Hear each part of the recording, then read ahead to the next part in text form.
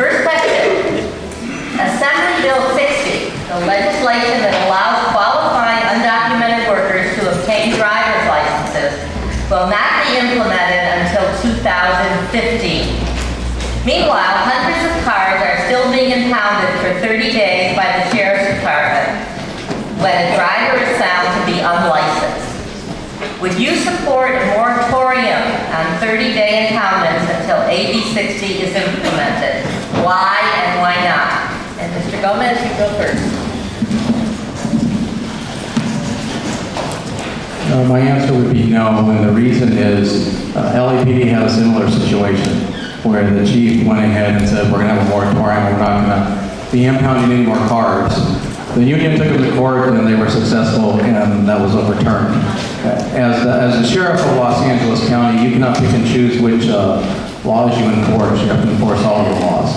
So if there is any kind of a moratorium to take place, it has to take place either at the county level or the state level, but it's not at the sheriff's discretion. No, not true. You know, what's gone wrong with law enforcement is sometimes common sense and fairness doesn't come through. And the spirit of the law would be such that deputies should use common sense and fairness when it comes to impounding a person's vehicle. Why not give a common courtesy of making an effort to contact somebody with a valid license to take custody of that vehicle? It's disheartening to me when common sense isn't applied, when you have hardworking individuals who have worked hard, quite frankly, for that car, oftentimes not a well put together vehicle, and then that vehicle's impounded and it's really impacted their ability to provide for the family and causes a lot of issues. I think we can have common sense and fairness, direct our deputy sheriffs to make a good faith effort to contact a valid, registered, or licensed person to take custody of that vehicle. That's the right thing to do, and at some point, our sheriff's department needs to operate with common sense and fairness in that way. Thank you. In looking at the January 1st, 2015, the new law will kick in, and this will become somewhat of, I think, a moot point. Up until that point, there is some level of discretion that the officers in the field, deputies in the field can exercise. I use my own department as an example, and in looking at with the spirit of the law, letter of the law, and the discretion available for unlicensed drivers with a 30-day hold, we went from 362 in 2011, 2012, 323, and 885 in 2013. Most of the ones that we impound are for suspended or revoked, not for unlicensed. And in looking at the big picture, public safety is what we're really focused on here, and we try and make sure that everybody on the road is as safe as they possibly can be. And at the end of the day, where discretion allows, it should be exercised prudently.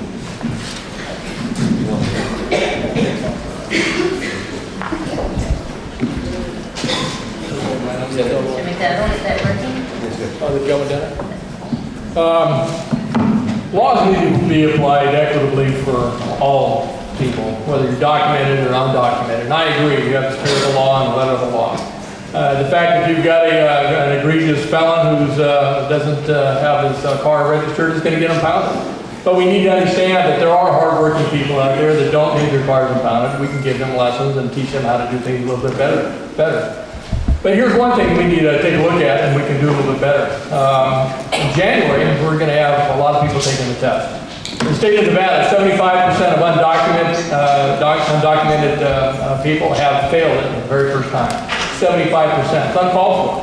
We should right now be handing out pamphlets and booklets every time we make a stop, and hand these out so people can be successful and understand the rules and regulations of the law. Why it's required to be registered, why it's not required to be registered, why we stopped to begin with. So you can be successful, so you can get your driver's license, because that's the only way we're going to make this community safe, by teaching them and help educating these people ahead of time. Thank you. Mr. Rogers? Jesse. I don't own stock in any tow companies, and it's not my obligation as a law enforcement officer to make any tow companies rich by engaging in that practice. And it would be disingenuous for me to say, what will I do? Because I've been a member of this department for 29 years. I'll tell you what I have done as a captain, as a commander, as an assistant sheriff of Los Angeles County Sheriff's Department. And that is to have a policy of fairness. Vehicles are impounded, they are stored when we stop unlicensed drivers, but I do believe the spirit of the law that was mentioned earlier, if we can park the car legally and have a reasonable assurance that the person's not going to come back and drive the car illegally, then we should park it legally. If we have a licensed driver who's available, we should allow the licensed driver to take the vehicle away.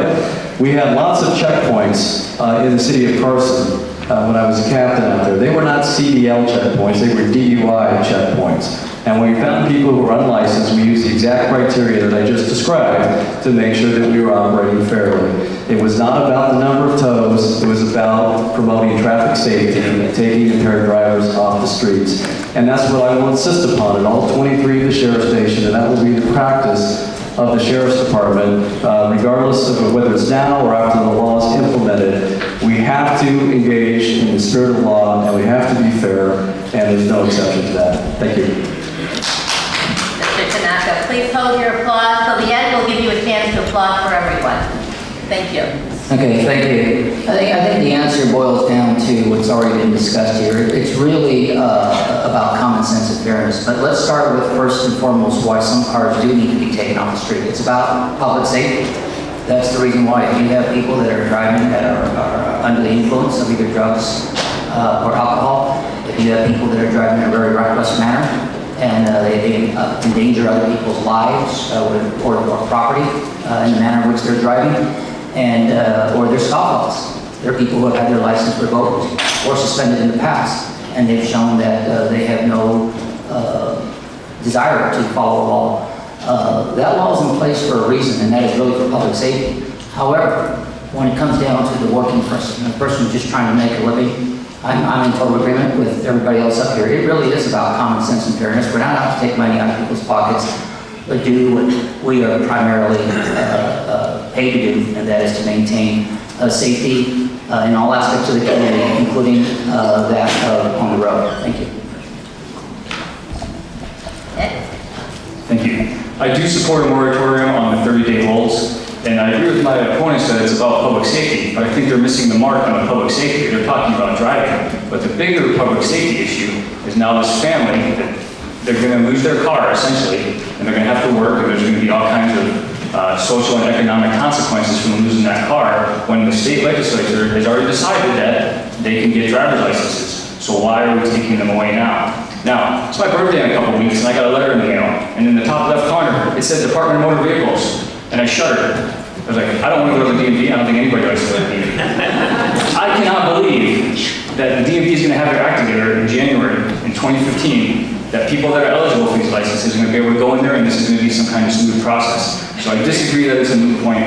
We need to have a moratorium, and I'll take it a step further. I want every deputy at every desk, at every station, run by the Sheriff's Department, to be trained up on what the requirements are going to be from the DMV, so the community can come in, have access, not have to wait in, that ridiculous line out the door at the DMV, talk to a deputy, have him look at their stuff and see if they're going to pass muster at the DMV. And that might sound like a big project, but I think it's pretty simple. And I think it'll build community policing, build the relationship, and build the trust with the Sheriff's Department that we need. Thank you.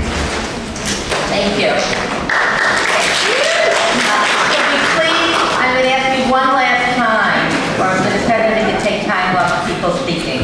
Keep your clapping to the very end. An hour and a half from now, you can clap all you want. That was the end. Okay. Who is going to go to Mr. Helmold?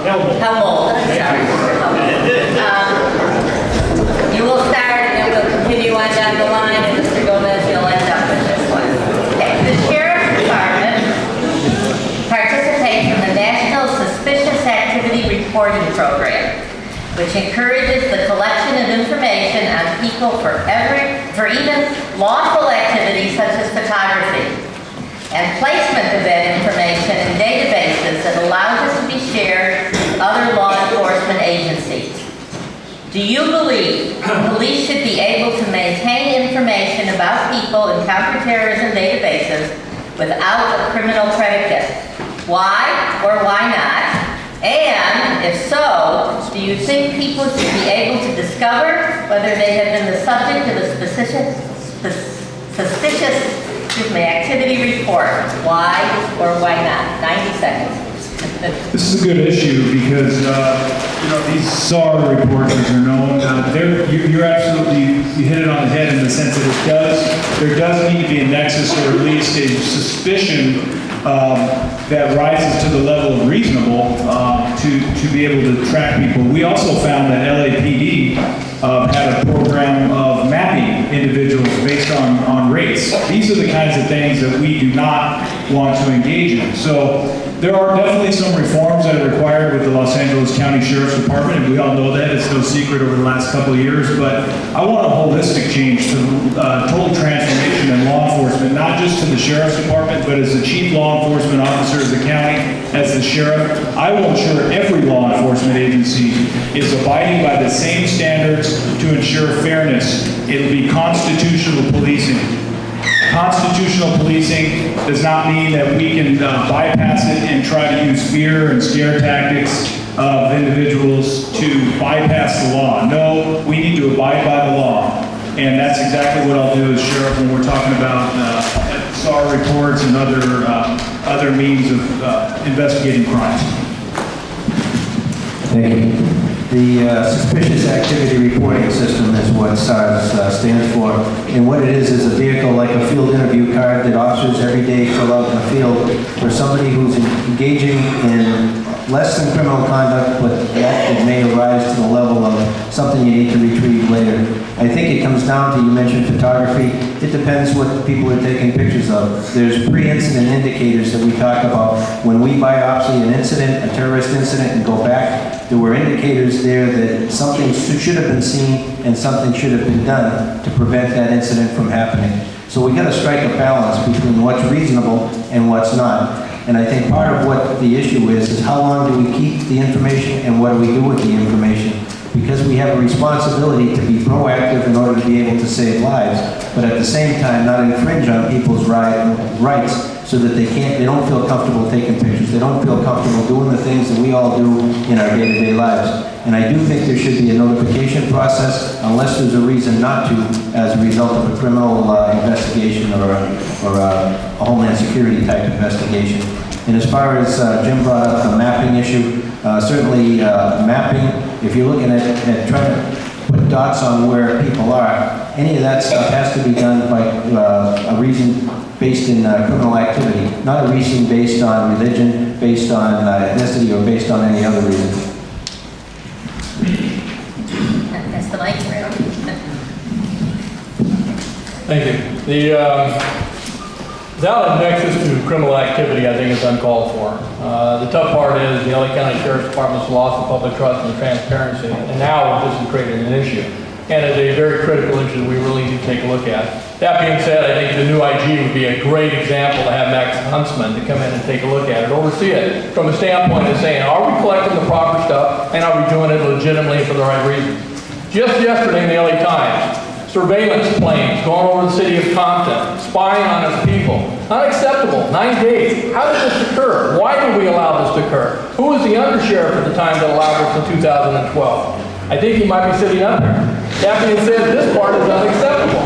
Now, with Max Huntsman being able to take a look at it from the standpoint of being able to address what's fair and what's not, having a third person, I think that's what's going to save us in this. We need to build the public trust again. I certainly believe in proactive homeland security, and we all know the Los Angeles area is a prime target, and heaven forbid we allow something to happen or something happens despite our best efforts. So I do support having suspicious activity reports. I do not support profiling. I do not support mapping mosques just because of how somebody worships their God. I do not believe in detaining people because of how they look. And I don't believe in detaining people and arresting people and harassing people because they happen to be taking pictures of a refinery. Now, there are indicators that we need to be aware of, and there are buffer protection zones that we need to maintain around critical facilities, which is what we do. But we're in the process of educating every member of our sheriff's department that it's not illegal to take pictures. There are plenty of photo classes out there where people are assigned to go out and do those sorts of things. And not only is it unconstitutional, but there's a secondary and practical reason for that, is that we're getting sued. We're giving away taxpayer money because we're making unlawful detentions for things that are not against the law. So we're trying to be proactive with that now. Again, it's not what will I do, it's what am I doing. I have this training bulletin on my desk right now about photography being taken in public places and to remind deputies that they have an obligation to follow the Constitution at all times. Thank you. Thank you. I do not support, and never have, support mass surveillance or monitoring of groups of people based on geographic locations or because of their race or because of their culture. The only time the police are supposed to get into people's business is when there's cause, when there's a suspicion that a person or persons are going to create some difficulties for others in society. And that is our role, that is our primary role, is to maintain safety throughout the entire community of Los Angeles County. And it has to be balanced with a sense that we go back to common sense and fairness. And that's all that society expects from its cops, is that we do our job, we do it well, and we do it within the confines, not only of the law, but with the thought process of common sense and fairness, because that is what everybody in the community expects. But as a general rule, I do not support, and by the way, intelligence files they're strictly regulated, and they need to be, and they're for a reason. We are not here to put files on people because that's just someone that we choose to target. It's only to be done for the reason of public safety. Thank you. Mr. Vince?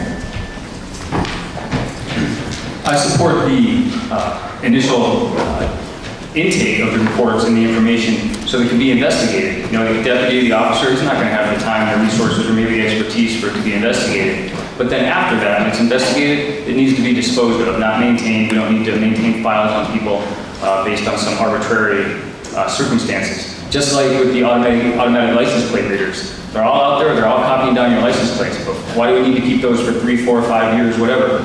It's about trust. We can get the information we need, we can use it in an investigation, we can determine if that car is involved in something, but then if it's not, then hey, we don't need it anymore. We don't need to maintain and build these massive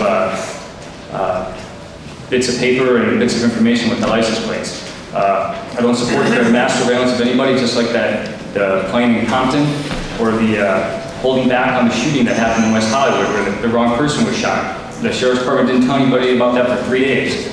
Everything you heard tonight so far has been about trust and building trust with the community. And we need to get out of the business of alienating everybody and get back in the business of working with people and being smart on crime instead of just being hard-nosed, take these reports and hold them forever. Thank you. Thank you. I support the SARS, and after 90 days, we would go ahead and purge those files, because what happens is if you call us and you say, there's somebody parked in front of my house, who's kind of suspicious, he's been there for a while, and we pull up and we talk to him and we gather the information, and then later on we find out some houses were burglarized. We want to be able to retrieve that information and use it to try to find out who the person was. Or maybe there was something that took place at a school where a person driving a van was following the children. And we find out, okay, the officer, the deputy, stopped that individual and he gathered the information, but he wasn't doing anything illegal, and so now we can follow up on it. So I think a 90-day limit would be good, and that way we can follow up on any crimes that take place during that time to find out who this individual was. Thank you all. The next question will be starting with Mr. McDonald. And I want to remind you all that this is the last time you have to get your cards in if you have a question. We hear quite a bit about community policing. Please provide some specific examples of real-life community policing models you would implement if you were sheriff. And explain how they differ from what the sheriff's department is currently doing. Mr. McDonald? Thank you. Community policing is a philosophy, really, rather than a practice of anything you do. It's a state of mind. It's how you treat the community. It's an exchange of information between the community, two-way communication, and not the traditional one-way, we'll tell you what your problems are and what we're going to do about it. Nobody knows the community better than the people who live in it. So we're missing the ball if we're not engaging the community, seeing what the priorities of that community are, and then working with them to be able to get to the base root of the problems that are going on. The focus being problem solving, not just continuing to deal with the symptoms that so often result in radio calls. And looking at what have I done relative to that, In 1994, the Clinton crime bill put a focus once again on community policing. I was with the LAPD at the time. We initiated community policing in a big way. I was brought in as lieutenant at the time to help institutionalize community policing department-wide. So our role was to spread the word throughout the city, to reward behavior that was in furtherance of community policing. We have seen lead officers in each of the basic car areas. When I went to Long Beach, we instituted the patrol resource officers, which were the problem solvers within the areas that needed help the most. Thank you. Mr. Olmsted? Thank you. Currently, the LA County Sheriff's Department is downsizing their reserve program and civilian volunteer program. To me, that's atrocious. Why would you want to downsize? Why Sheriff Scott is telling people, we don't want you? I have no idea. There was a firefighter, Glendale firefighter, civilian volunteer, works for free, teaches the kids how to stay out of trouble, not be bullied, etc. Got the paper saying, sorry, we're downsizing, we don't need you anymore. That's not community-oriented policing. From an economy of scale standpoint, the reserves work for $1 a year. The civilian volunteers work for free. What a great asset to be able to reach out to the community. What I want to do is double our reserve program. Right now we have about 800. We need 1,600 out there. We have about 160 diverse communities in all of LA County.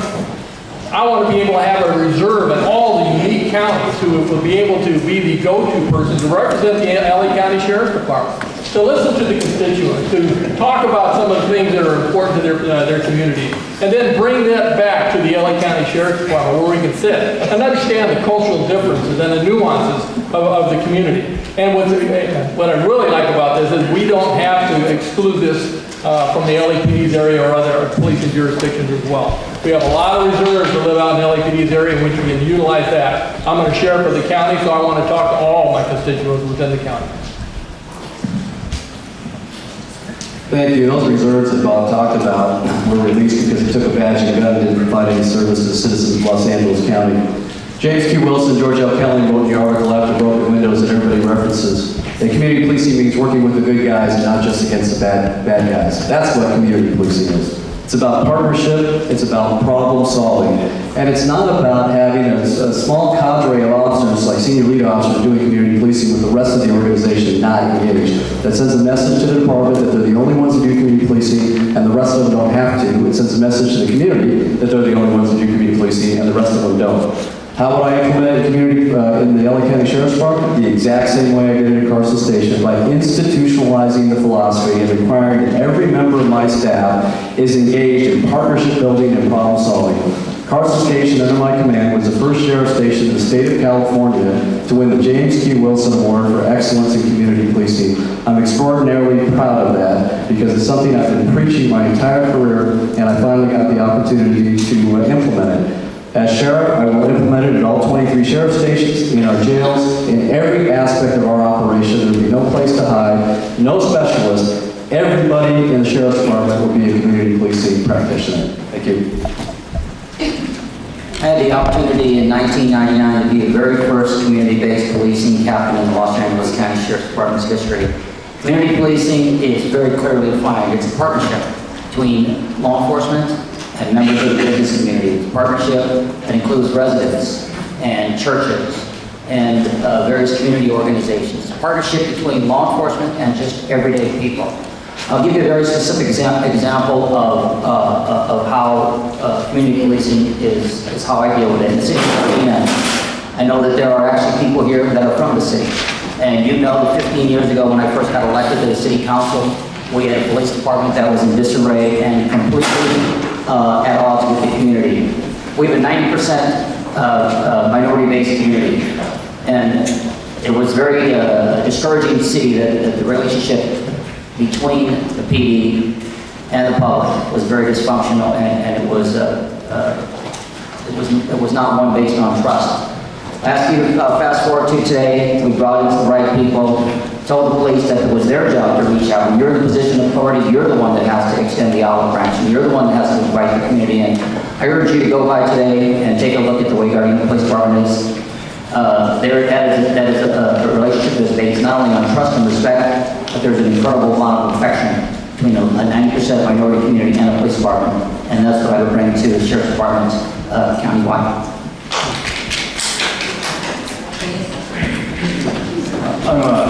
I'm in general agreement with my opponents here, and quite frankly, I'm a little surprised that I am in agreement with them and that they do know all about community policing, because these are the very folks that have been in charge of the sheriff's department, and most people I talk to are not feeling the interaction, the community interaction, and the community commitment to community policing that goes on. So I generally agree with them. I won't rehash community policing, but let's talk specifics. Let's talk about where the disconnect is. The disconnect, in my opinion, is that we put deputies in the jails where they learn to interact with inmates for 6 to 8 years, and then put them out on the street and expect them to be able to have a whole completely different attitude to work with their mothers, their cousins, the very community members these gentlemen are talking about. And we're surprised that we don't get a result we want. What we need to do is professionalize custody so that people are in there and stay there and work there. And people that want to be in patrol, want to engage in these community policing activities, want to go out and work patrol, can do that without having to get indoctrinated into that subculture that's currently in the jails.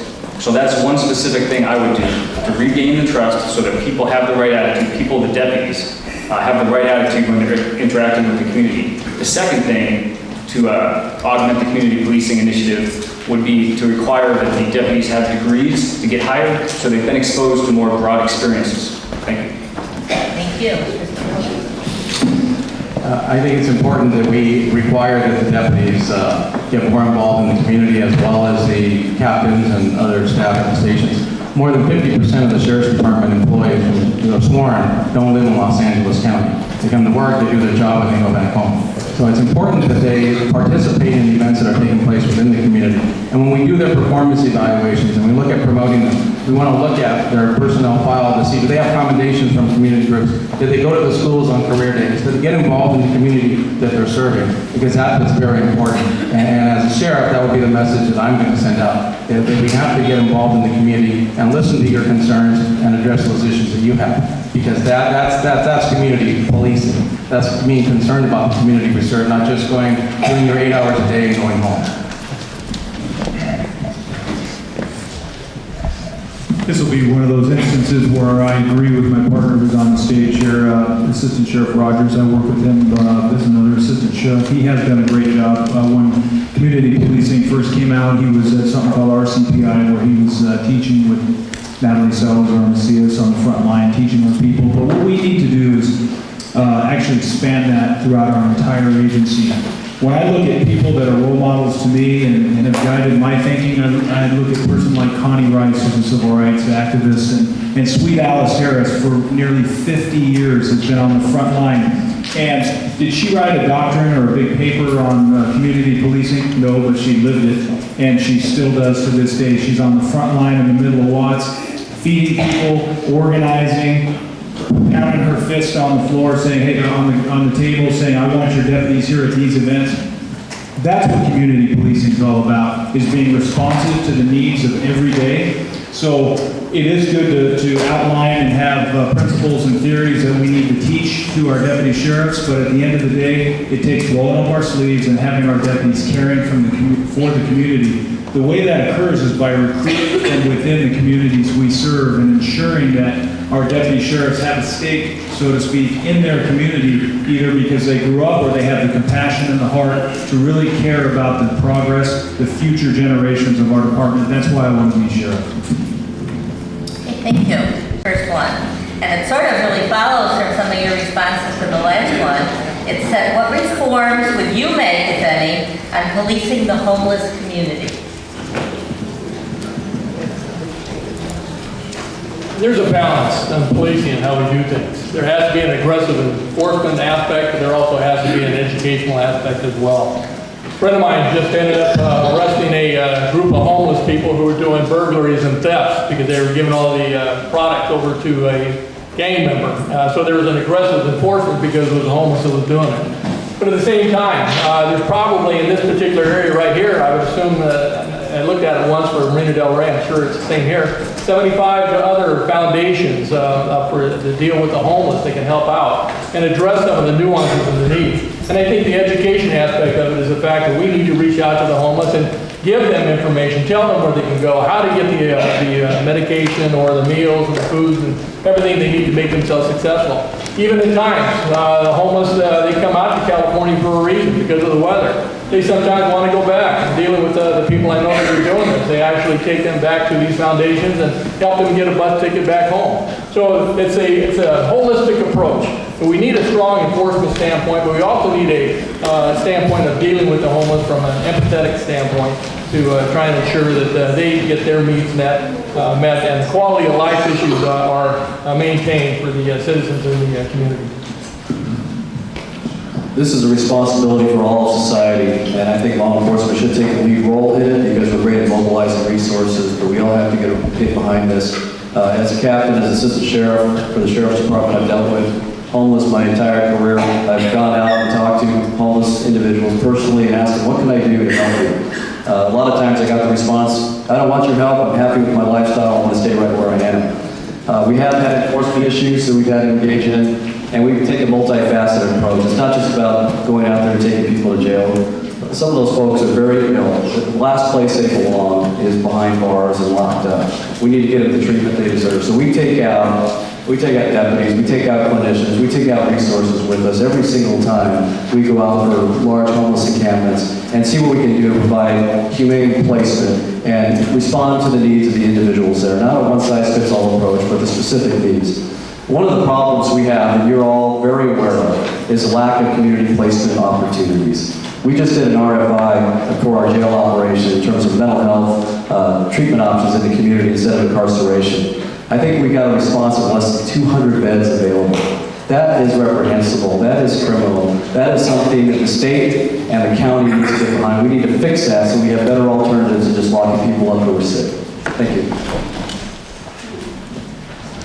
One of the things about law enforcement is we always get to play the role of bad guy, and that means when sometimes you have to move homeless out of areas because for health reasons or safety reasons, and so we get caught in that middle. Nonetheless, we do have an obligation. People look to law enforcement for leadership in all kinds of ways, and basically society is the one that has really let a lot of folks down. When you take a look at the people who are on the street, they're veterans. People who have served this country and given their blood for us, and yet now they're struggling with some problems. You have people who are addicted to alcohol and drugs, and they're in this vicious cycle and they can't get out and they can't hold a job, so they find themselves on the street. And of course, you have the problem with those who are suffering from mental illness.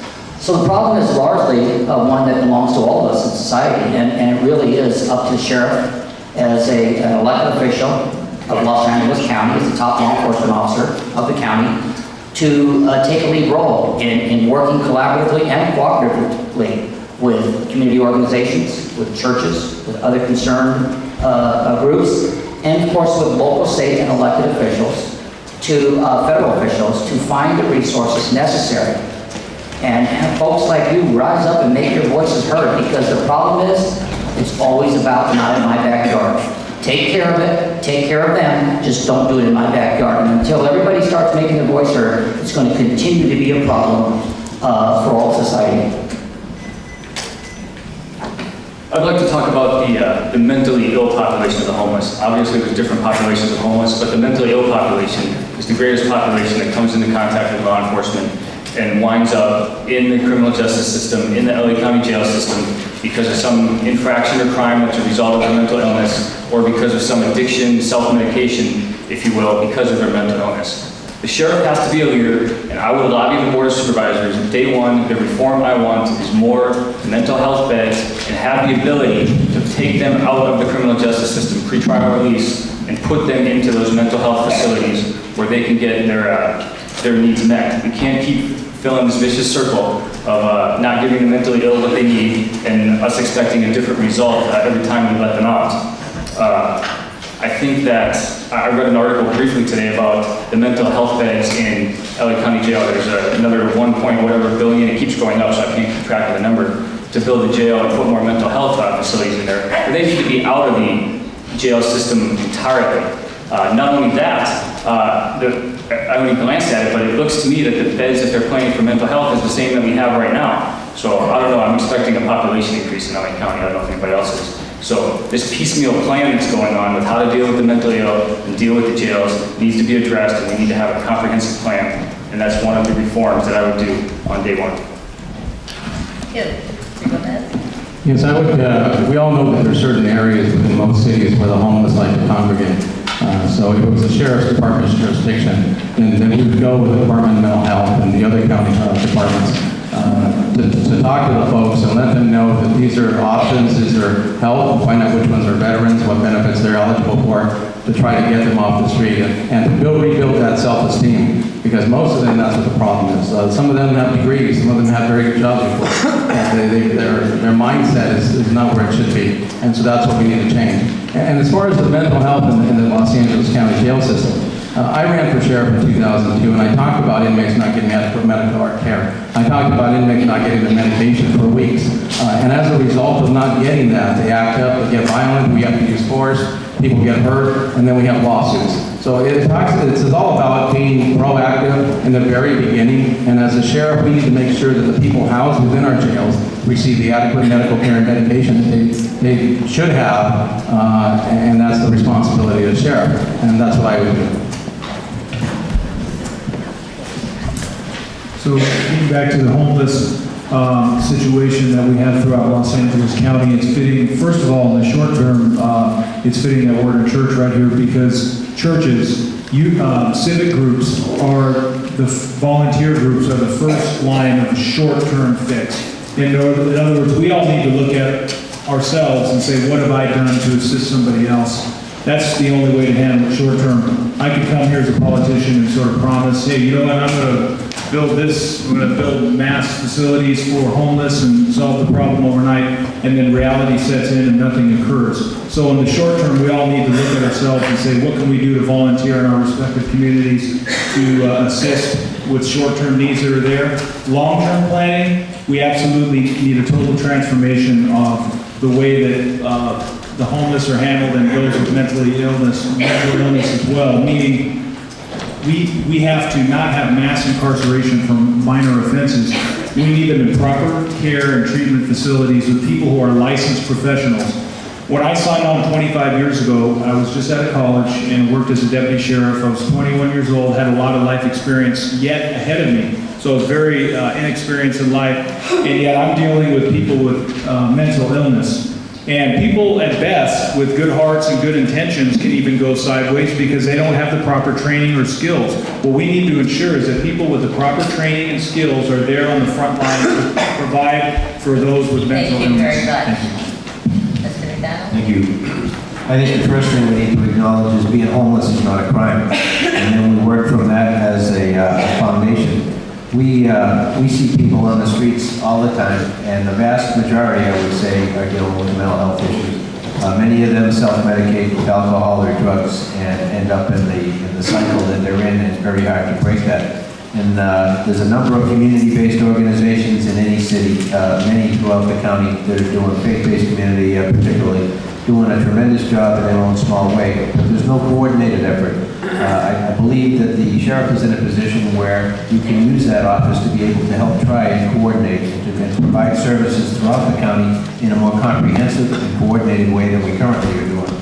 I'll tell you just a little bit about what I'm doing in Long Beach now, and not only what I would do, but we have mental health teams, med teams that go out, as many jurisdictions do, where we have an officer paired up with a practitioner to be able to deal with people acting out on their mental health issues. That has proven to be very effective. It's reduced use of force, and it's given us an ability to be able to get people into treatment. We also have a quality of life unit where 2 officers go out who have an aptitude and deal with people who are down on their luck, living under a bridge, and they reach out and they get them an ID card, they get them services, they bring them to the VA, but they bridge the gap between the needs and what it takes to get a person back on track. And we have a whole bunch of success stories on that, and I'd love to be able to share that down the road. Thank you. Okay, our next question, which you all sort of referred to the jail sort of tangentially. Our next question deals with the jails. And Mr. Rogers, you'll be the first one fielding this question. So yesterday, the LA County supervisors were presented with a new $2.7 billion jail plan by the Veneer Construction Company. Do Do you support the plan?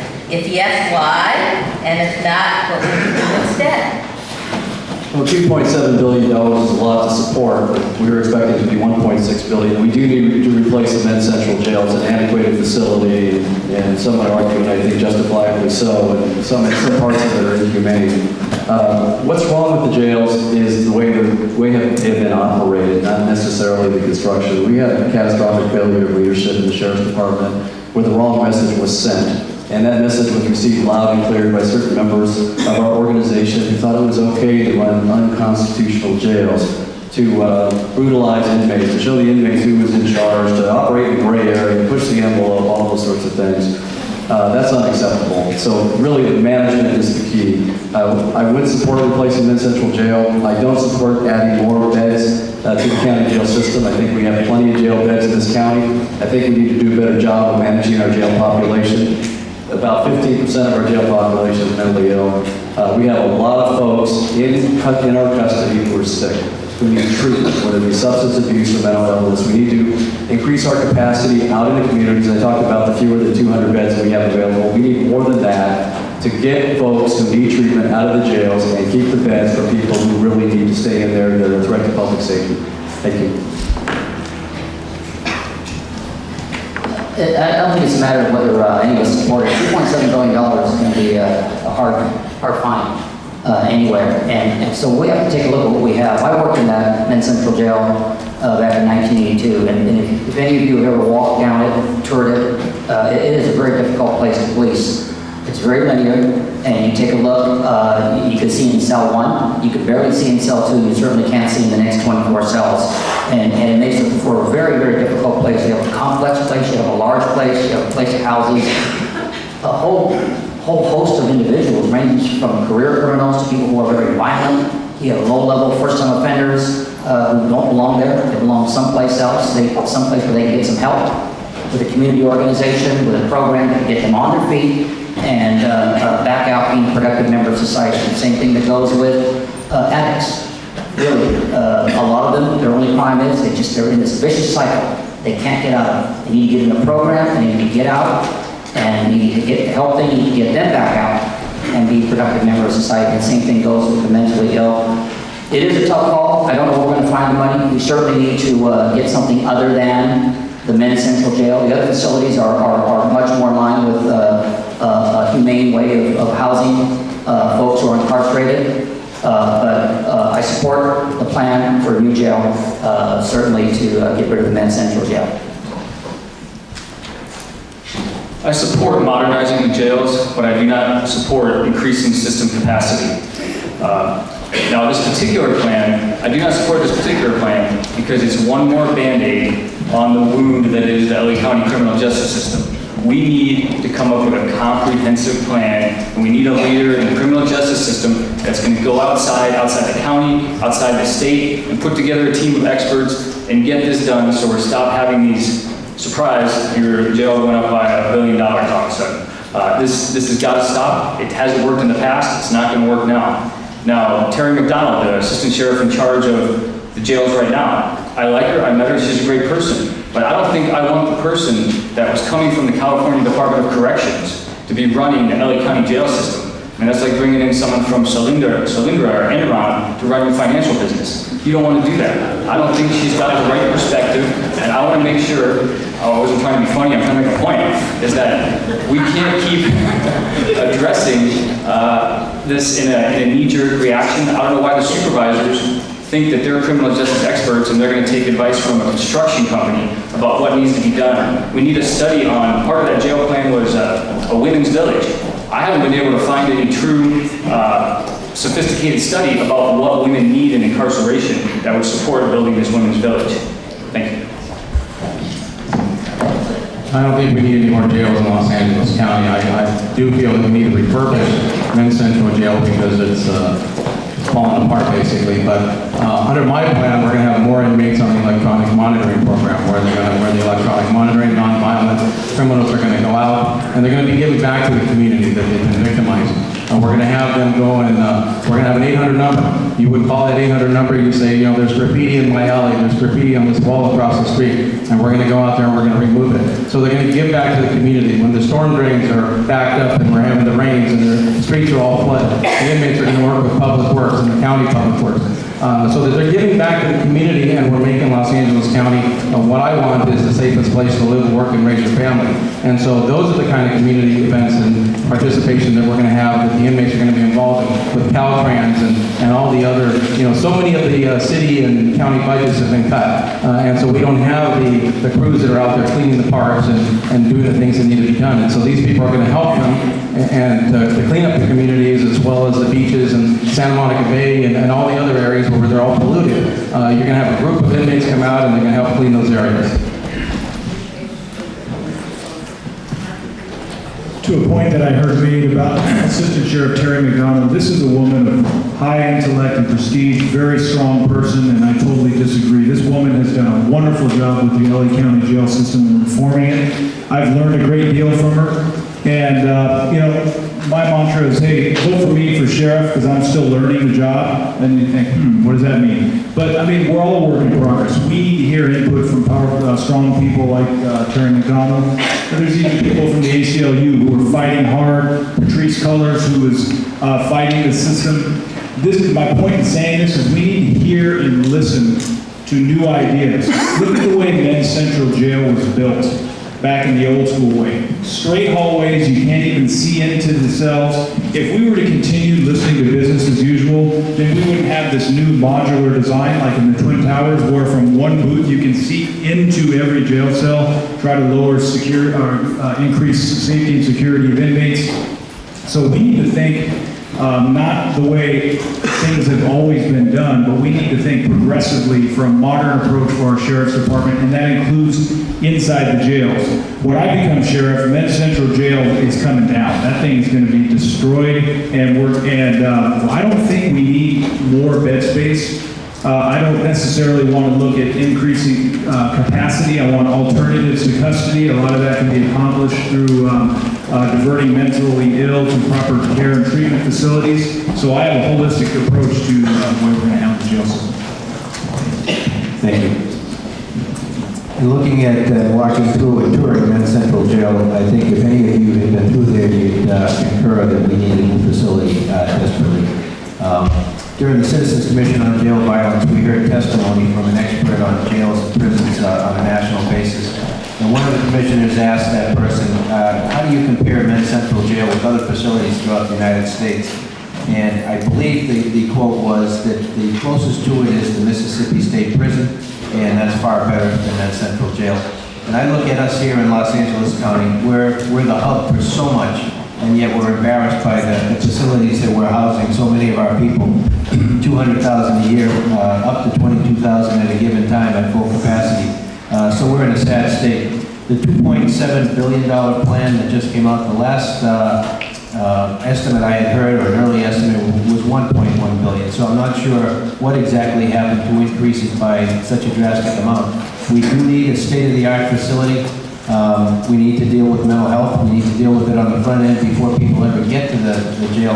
But for those many who will, we still need to be able to do the best we can. We need a visitation program so that mothers who are incarcerated can deal with those issues. And we need to be best practices across the board. But it's not just infrastructure, it's really attitude, it's accountability, it's how we run the jail. That's the most critical part of all of this, that how we house them or where we house them is one issue. How we treat people with respect and dignity is a whole other issue.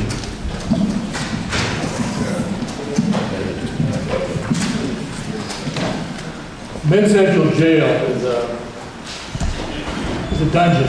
It needs to be torn down. I know because I was the captain of Men's Central Jail. I was the captain there when I saw the brutality that went on and had to expose this and took it to Lee Baca and Paul Tanaka and talk about the beatings and stuff that was going on. I went to the FBI. So I know exactly what it's like, and it needs to be torn down. The article that referred to, though, is the fact that they wanted to build more mental beds for Men's Central Jail. And that's not what we need. We don't need more beds. I was involved in the onset of building the new jail back in '09 when it was 1.6. Now we're talking, 5 years later, and it's 2.7. This is not going to happen immediately, but we still have the same problem going on right now. When's the last time you ever heard of our jails being undercrowded? Never. They have never been undercrowded in the 40 years that I know of. That being said, what do we need? We need to do something about it now. And what do we need to do? Get the mentally ill out. I can get 3,000, 3,500 more beds. I know because I work there. I know what it's like. And I can get that bed space by having an intervention program with the mentally ill, a mental health court. A mental health court pre-booking. They don't even get into the system. Where we have a judge, a PD, public defender, a DA, and mental health clinicians, and mental health hospitals, all working together on this for the cooperative effort of getting the mentally ill out of the jail. I don't think society ever envisioned that Mid-Central Jail or Twin Towers would be the largest mental health hospital in the United States. Thank you. Okay, Mr. Tanaka, the next question is yours to start. Do you think the Sheriff's Department currently has adequate disciplinary policies for employees who use excessive force? And if not, how would you recommend the policy? And if not, how would you recommend the policy be changed? First and foremost, and I think probably as everyone will agree, that there has to be an unbreakable level of trust between the public and the members of the law enforcement agency, in this particular case, the Sheriff's Department, whether it's in the jails or on the streets. People have to have a complete, unequivocal faith that how we do our job is being done in the right way. There can be no tolerance. In my 33 years of law enforcement, I've never condoned, I've never tolerated, and certainly never encouraged the use of excessive force or misconduct in any form or fashion. In the 1 year that I was served as the chairman of our committee, in which we heard cases of the highest levels for discipline, and it's not something that I'm proud of, but as chairman, fired more people in 1 year than we had in the previous 2 or 3 years. And that ranged anywhere from simple misconduct, not doing your job, not going to radio calls. People who don't go to their calls and indicate that they did, they have no business in being in this business. They've already clearly shown that they don't want this job. Our job is to work with the community to make it safer on the streets and in the jails, and there is no tolerance for misconduct, including excessive force. There is no tolerance for excessive force, and that comes from the top. It comes from the sheriff and the management and the executive team. There is no gray area, okay? No gray area. I wouldn't wear a gray suit today. But the thing that needs to happen is that the deputies need to know the expectations of the sheriff and that they will be held accountable. And when I say held accountable, I'm not a firm believer in the discipline policy where they may use excessive force and they get 10 days or they may do it again and may get 20 days. I'm a fix them or fire them guy. If they can't do it right, we all know what excessive force is, and they all know what excessive force is. They're going to be terminated, the investigation is going to be completed, and it's going to be sent to the district attorney's office for filing consideration. It's only going to take a couple of those before people realize that there's no more gray area, this won't be tolerated, there's a bright line between what's excessive force and what's acceptable. And as a sheriff, I would make sure that is clear to my subordinates and not encourage them to work outside of that. I'll make sure that all of our new hires are very familiar with our force policy, and I won't tolerate excessive force. One of the things that I want to do is install cameras not only in the jails, but in the cars, but also in the hotels, so that we are able to see whenever there's a complaint or there's an allegation of excessive force, or any kind of force, or any other kind of complaint. We play back the tape and we see exactly what happened. That's going to cut down on citizen complaints, it's going to cut down on the use of force, and it's going to cut down on the lawsuits. So the cameras are a very big key in how we do this. The other thing I want to do is we want to look at the hiring of our people. Right now we hire deputy sheriffs at 19 and a half. I want to raise that to 21. I want to know what you did from your graduation from high school until your 21st birthday. Did you have a job? Did you go to school? What did you do? And if you had a job, we're going to talk to your employer. Did you get along with your coworkers? Did you get along with the community? Were you involved in community service? Because we are a people business. Whether you work the jails, you work the courts, you work patrol, anywhere you work in this department, you're dealing with the community, you're dealing with the public. And so if you cannot, from your past experience that we can look at, deal with the public, then I don't want you as a deputy sheriff. So I think that's key. We have to look at who we're going to hire, raise the hiring standards, because most deputies on this department now that we're hiring, this is their very first job. They have no work experience at all. And so that's key. We need to look at what they've done since they graduated until their 21st birthday, and then determine whether or not we want to hire these individuals based on what we find. Regarding excessive force, this is all about leadership and making sure people are held accountable to violating.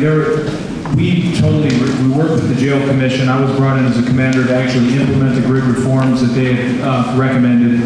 And one of those was ensuring that there was a culture of understanding that force is not your first option, even when assaulted.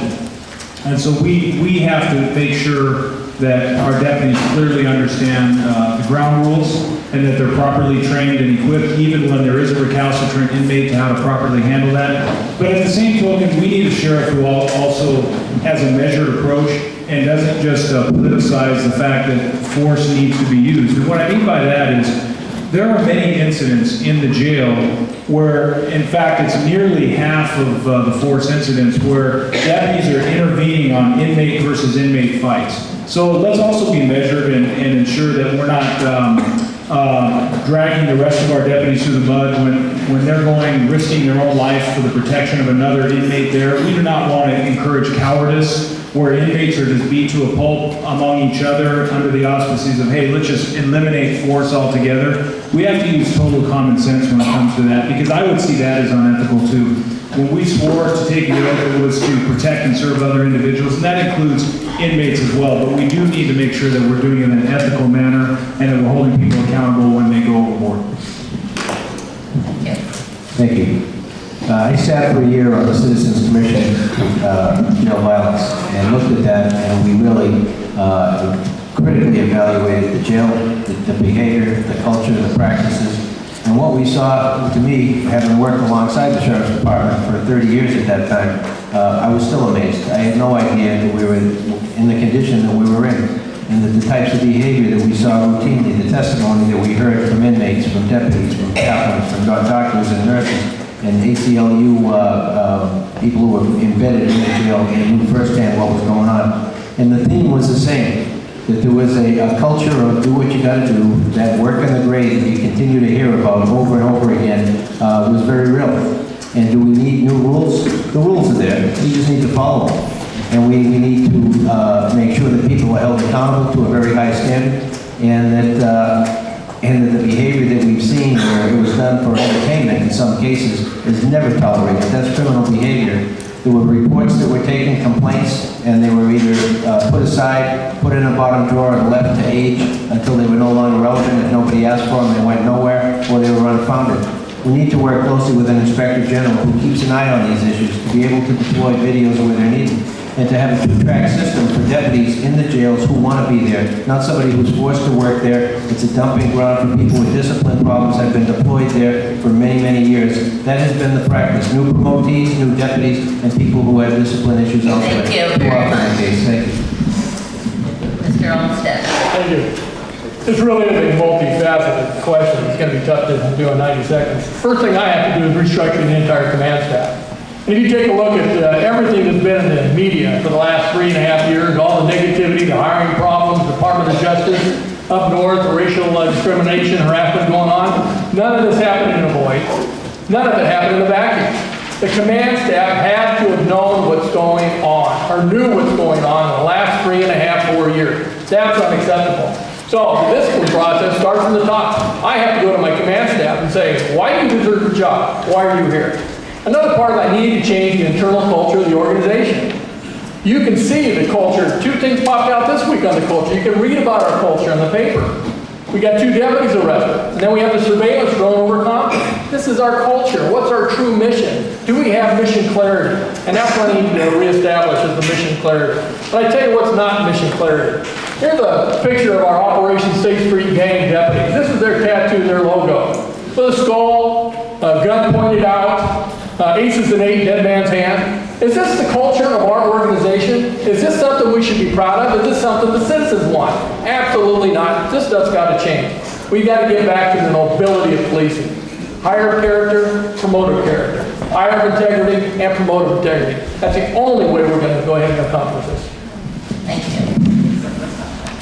The vast majority of our deputies do a great job. We exercise more prevention, but we do have people that step over the line, engage in excessive and unreasonable force, and those people deserve to be fired. They've lost their privilege to wear the badge and to represent the law enforcement profession and to protect all of you. The rules are in place, we have those, and we are firing people. The problem is the leadership failures. It encourages this culture of violence. It does not encourage force prevention or force as a last resort. We have deputies that are forming cliques. We have the 3,000 boys at Bob's jail. We have the regulators. We have the Vikings. We have all of these cliques that are forming, and they get special tattoos if they shoot somebody. That's unacceptable. And we have leaders in the Sheriff's Department that heretofore have tolerated that, even encouraged it, and we still have people in the organization that feel that way. We have messaging about the gray area. We have pushing the limits of the balance of constitutionality. We're hiring people because of the nephew of the sheriff, not because they meet our hiring standards. I control the hiring standards. Our hiring standards are more stringent than the state of California. The problem is when people prosecute those, when they violate our hiring standards and hire people because of who they're related to, and not because they're qualified to wear the badge and carry a gun. We have neutering of supervisors. We have bashing of our internal affairs investigators. That is a recipe for disaster. That little soup I just mentioned is a recipe for disaster, and that's why we're here where we are today. That's why we have a competitive election for sheriff, and that's why we need a paradigm shift in this organization. Thank you. Mr. Ditz, I bet you thought we'd never get to you. Okay, your turn to answer question first. You all have agreed at times on the importance of some sort of civilian oversight. Would you support a civilian oversight committee having subpoena power to obtain department documents, including documents relating to employee discipline and criminal investigation of employees? Yes.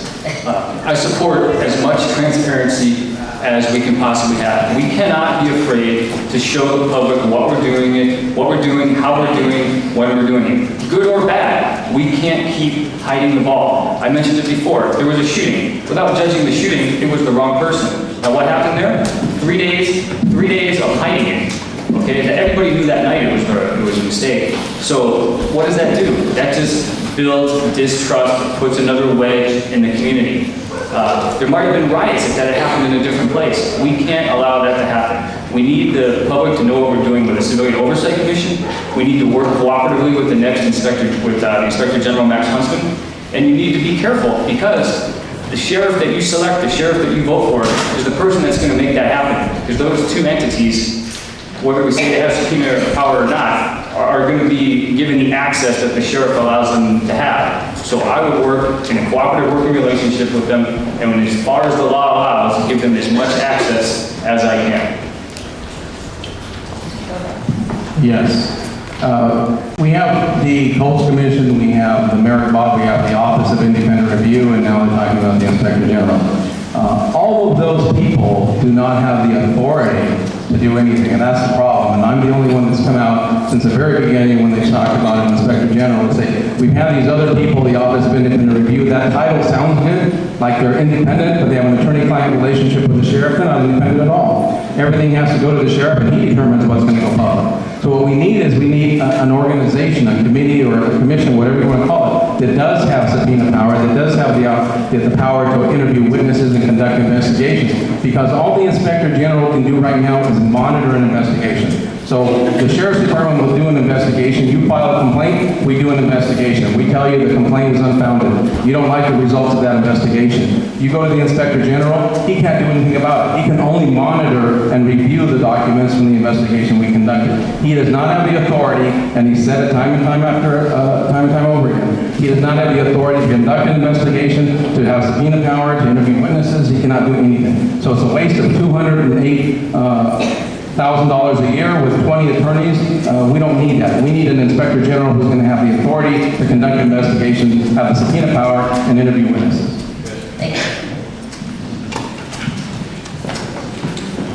So what I want to do for oversight is to have a two-pronged approach. First of all, I want to actually have real reform and real oversight, meaning they have to have attorney-client privilege. Why? Because we have to get them access to all of the investigation, to all of the interviews that take place, meaning the Peace Officer Bill of Rights will limit any sort of real inquiry so you can have the answers that you require. Now, the way that we would so by having the Office of Inspector General or whatever body or entity that is actually strengthening the quality of those investigations has to occur through that attorney-client privilege. But I also do agree with the fact that then you're precluded from releasing that public information. So the second approach would be have parallel to that would be a Community Crisis and Accountability Commission. That's what I want to call it. That's why I made it up. That's why I can't even remember the name when I came up with that.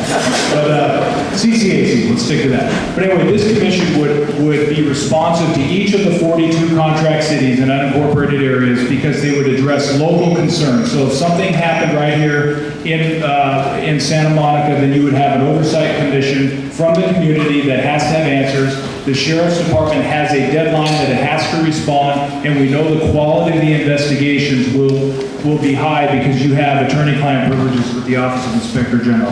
That's how it would Thank go you, about it. Mr. Noble. Thank you. I'm a fan of transparency and have worked with the LAPD. We had a police commission when I was there with an Inspector General, and that worked very well. In Long Beach PD, we have a citizens complaint commission as well that we work alongside. Within the parameters that were allowed by the Police Officers Bill of Rights, I think we should share what we can share. The public has a right to work for the public. I'm very supportive of civilian oversight, and we'll see how that ends up being crafted by the Board of Supervisors, but very encouraging to work with the Inspector General. That's really the eyes and ears of the Board of Supervisors, of the public at the end of the day. We need to work much more closely with the Board of Supervisors than we've done in the past and share information relative to lawsuits and settlements. It benefits us in the long run when we let the public know what our issues are, what our challenges are. When I sat on the Citizens Commission on Jail Violence, we saw the same issues over and over again. The Colts Commission back in 1992, the Office of Independent Review, the Special Counsel, they do quarterly reports, they do annual reports. If you were to stack all those reports up along with depositions, lawsuits, and settlements, there's an awful lot of symptoms being addressed there that no loop was ever closed on them. We saw them again in the year we spent studying the jail, studying the department. There was no feedback. Nobody looked at it and said, did we fix the problem?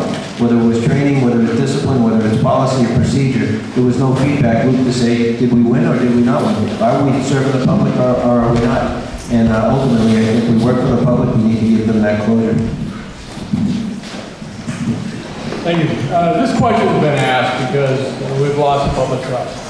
There is no transparency in the organization. Have we had adequate leadership? None of whatever you needed. With that being said, we need to be cautious on the Peace Officer Bill of Rights because we have laws we have to abide by as well. We need to go back and revisit those and find out what we can do to change and work with on the Peace Officer Bill of Rights where we can create this transparency.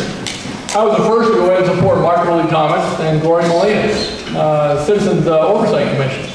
And just as Jim was talking about, the Citizens Commission on Jail Violence, if you set the commission up in such a manner that the sheriff would abide by it, just because they've got the leverage of a blue ribbon panel, then you're going to be successful. 63 recommendations came out, testifying in front of the commission as well. And Sheriff Baca said, absolutely, we'll go ahead and enact every one of those. Well, we established the Citizens Oversight Commission with a blue ribbon panel in such a manner, it would be embarrassing for the sheriff to go ahead and not accept it. I've got a great plan on how to set it up. I talked to Mark Ridley Thomas on how to do this, based on a supermajority of 9 people, all set up by a judge to go ahead and pick a pool of applicants.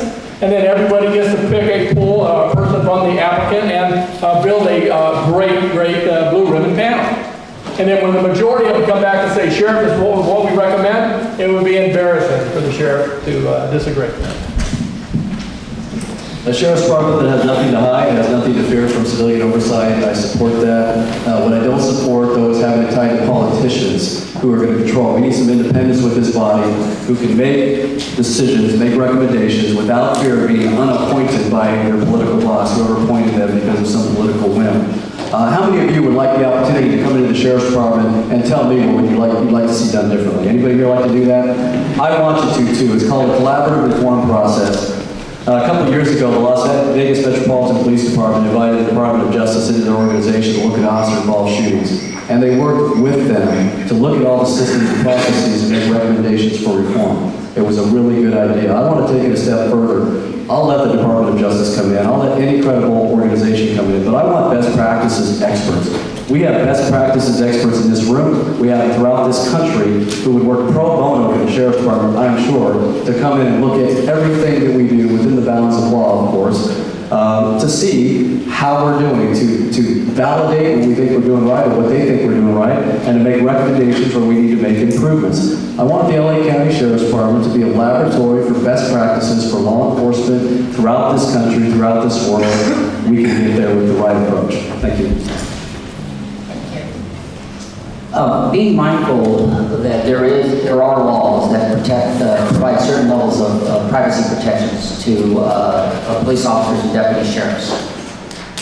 Mindful of that. However, as a 33-year member of law enforcement, as a mayor in my 10th year in the community I grew up in, I certainly support any process, mindful of these laws, that provides the public with insight into the inner workings of an organization to provide the level of trust that is so vital to a relationship between the community and the law enforcement community.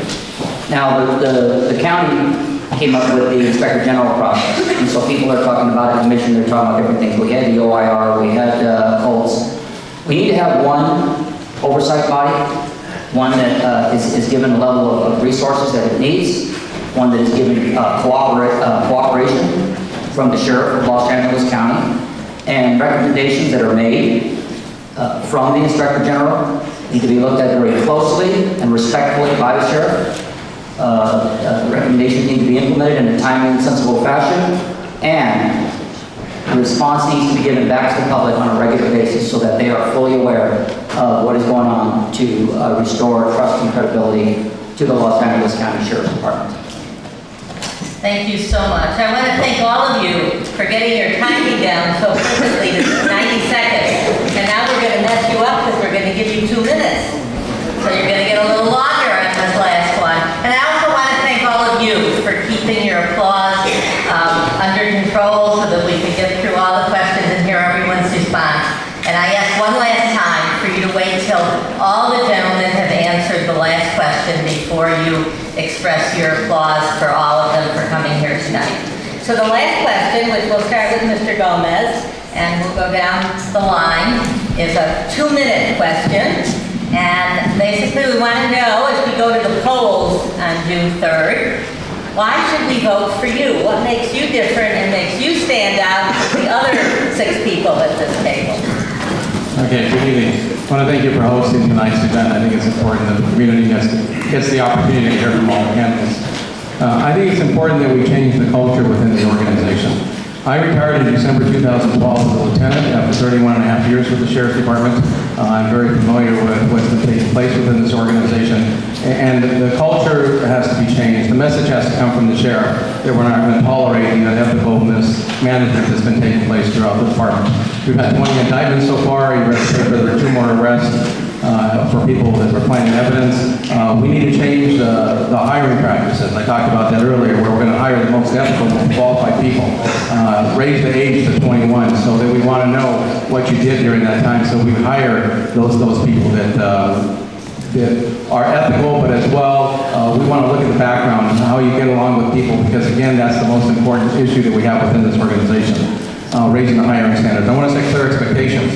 Let the sheriff, myself, let the people know that we're not going to tolerate unethical behavior. We're going to treat everybody with dignity and respect, whether you're housed in our jails, where we get to talk to you on a call, or we do a traffic stop. Everybody will be treated with dignity and respect. Also, that we're going to put an end to the mismanagement that's taking place. You know, there's a couple candidates up here who, when Baca announced his resignation, he showed his support for. I'm not part of that inner circle. I'm not an assistant sheriff. I'm not a former undersheriff, as some of the people up here. So I'm not part of the Baca culture, the Baca regime, if you will.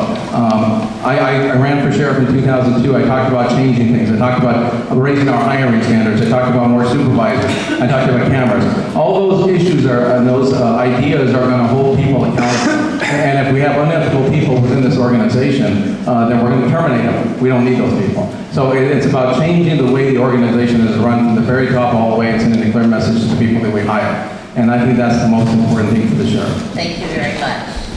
Mr. Helmholtz. Well, I appreciate your consideration, and I think you'll hear everybody agree that the Sheriff's Department's in need of reform, and we need to strengthen public safety and uphold public trust in your Sheriff's Department.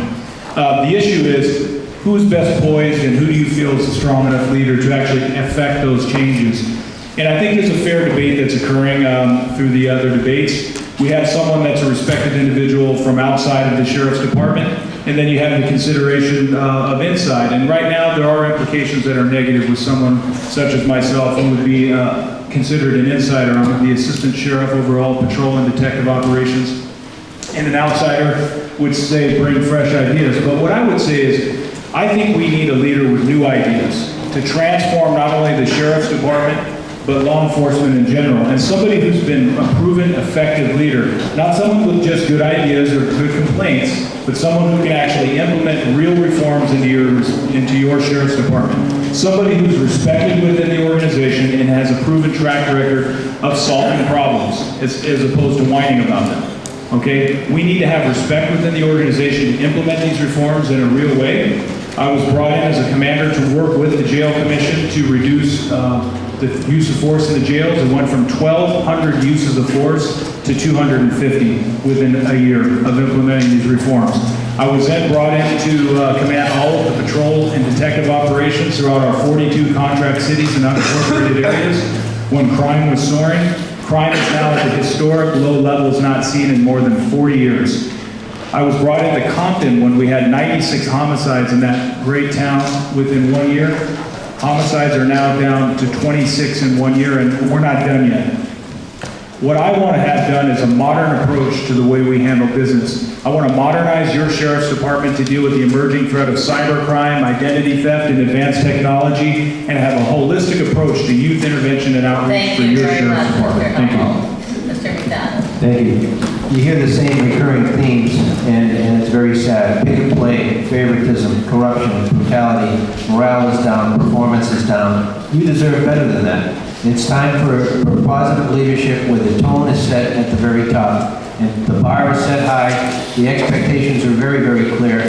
The goals are set, milestones are set, accountability systems are put in place to be able to measure progress toward the goals. And there's no secrets. We're working hard, and we're working to make the organization better. We want to restore the public trust in the organization. You've heard that over and over again. That's critical. That's what the whole job is about. And we need to restore pride within the organization so that we take care of each other, we police each other, we keep each other out of problems, both on duty and off duty. And that's really what that camaraderie is supposed to be about at its best. It's accountability, it's transparency.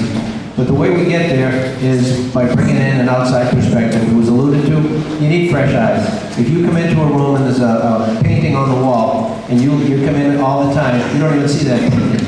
If you come in with fresh eyes and you admire that painting because you see it, maybe for the first time. If you grow up in an organization, you don't see opportunities that others might see. I've been there and I've done that. I've got 33 years of experience in LA County law enforcement, working right next to the sheriff. I have that fresh perspective. I not only will talk about what I would do, but I would ask you to look at what I've done, both at LAPD and in Long Beach PD. I was an outsider coming in there. They didn't want an outsider. We worked together and we came up with a system where crime is at an all-time low, continuing to go down. Morale is high. The public support of the department is very high. My style of discipline is firm but fair, and you can ask around about that. I had a year on the Citizens Commission on Jail Violence to get to know the department very well during its darkest hours. I have a solid track record of working with the community everywhere I've worked, and I have widespread support politically from both sides of the aisle, as well as from the entire policing community, and thank you. Thank you.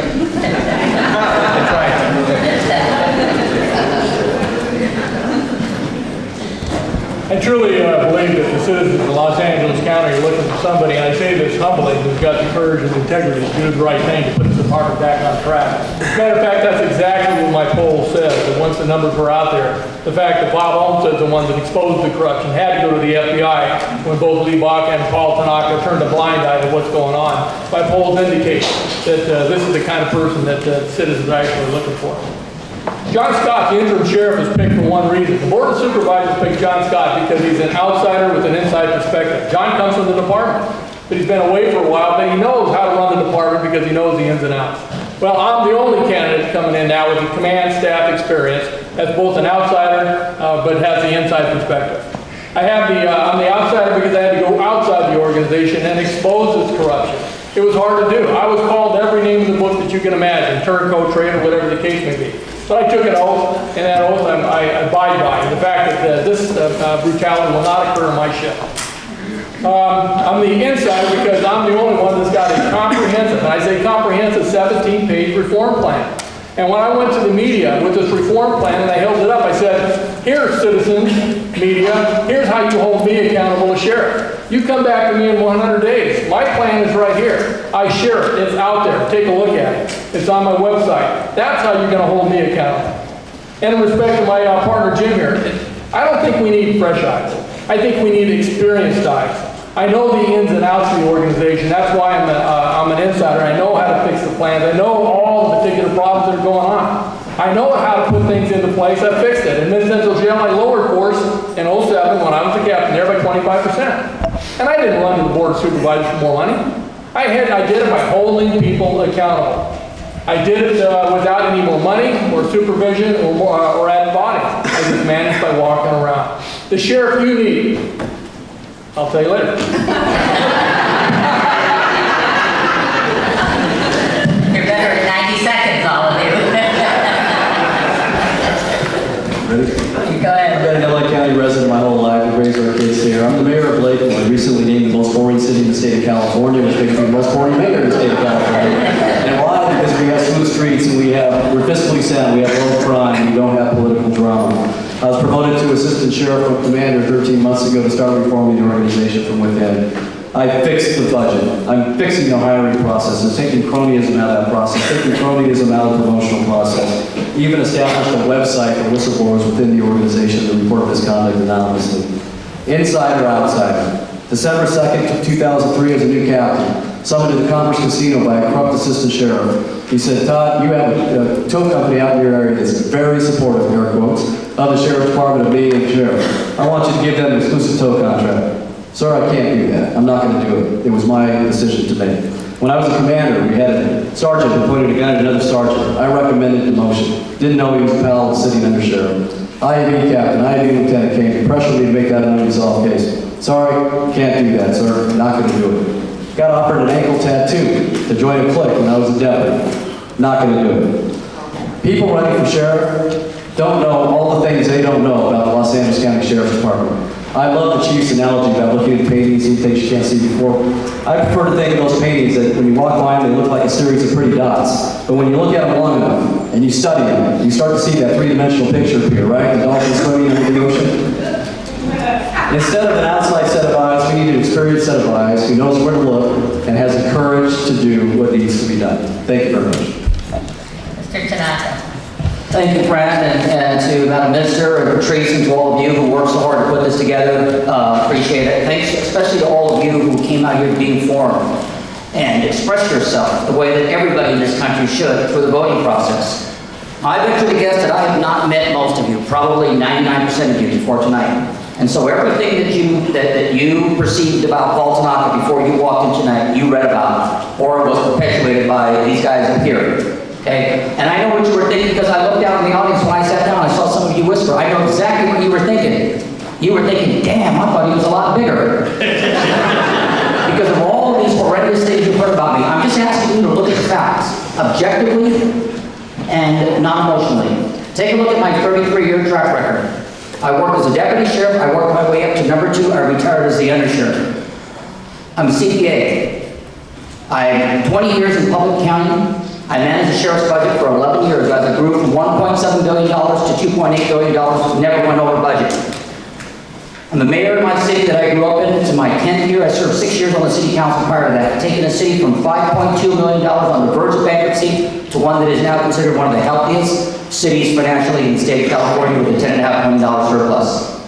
I have the operational, I have the business, and I have the political experience necessary to be able to step right in from day one and get this department back on track, winning their trust, and leading the hard-working 18,000 men and women to doing exactly what we are supposed to do, and that is fight hard to make your community safer. Thank you. I look forward to your support and your vote on June 3rd. Thank you. Mr. Vince. Thank you to the league for putting this on, and for Teresa and the church for hosting it. The question was, what makes me different? I think the difference for me is that I want to see the Los Angeles County Sheriff's Department be far more than just a jailer or a law enforcer. I want to see the sheriff and the sheriff's department focus on keeping people out of the criminal justice system and out of our county jail system, and not just find new and better ways to keep them in. Now, my kids just started watching Star Wars, and that reminded me of some of the folks up here with the Jedi mind trick, where they're trying to tell you that the same people that have been doing the same thing for so long is somehow going to be a different result when they're in charge. And hopefully, you all know that these aren't the droids you're looking for. Don't fall for it. I spent the last 20 years with the LEP. I did spend 4 years as a reserve deputy with the Sheriff's Department, where I earned $1 a year. That $4 gave me a unique insight into the operations of the LA County Sheriff's Department. And I'll tell you, I think I have the inside knowledge and the outside perspective to get things done, to reform the Sheriff's Department, and use the office of the sheriff as a bully pulpit to reform the criminal justice system, not just in LA County, but in the state. And that's the distinction, and that's why you should vote for me on June 3rd, because this is the first time in a long time that you've gotten to actually choose your sheriff, and if history holds, it'll be a long time coming until you get to choose again. So, please support me on June 3rd. Thank you. Thank you all.